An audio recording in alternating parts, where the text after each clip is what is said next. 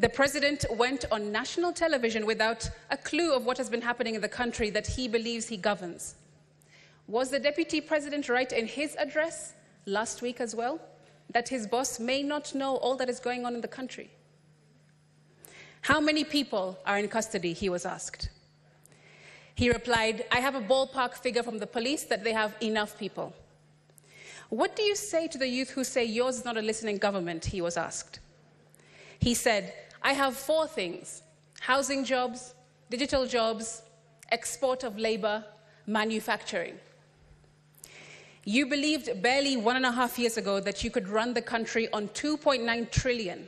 In a few months, you went to Parliament and requested 3.6 trillion. This year, you went to Parliament and requested 4.2 trillion. And what do they see in return? They see extravagance in government, he was told.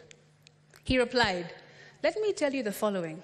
Today, universities were almost closed because of debts of 60 billion shillings. I have enhanced their budget by 40 billion shillings because education, to me, is the greatest equalizer. Speaker, this went on and on and on. Tone deaf and not answering what Kenyans really wanted to hear from the president. Not only were shots fired at innocent young protesters last week, Speaker, but it seems in this interview we also saw shots fired at his cabinet, his deputy president, and even the communications team caught astray. So what are some solutions? Speaker, in response to austerity measures as directed by this motion, the president has on record made pronouncements of what he plans to do.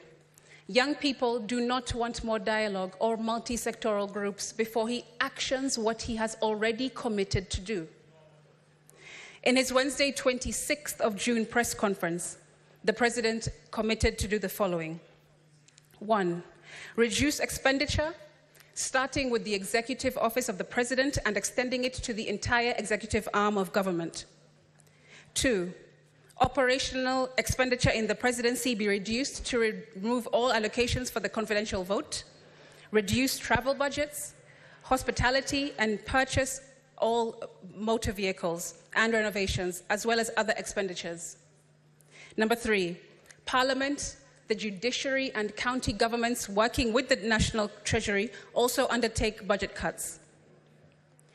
This clearly shows, Speaker, that the president knows exactly what he needs to do and precisely what he needs to focus on.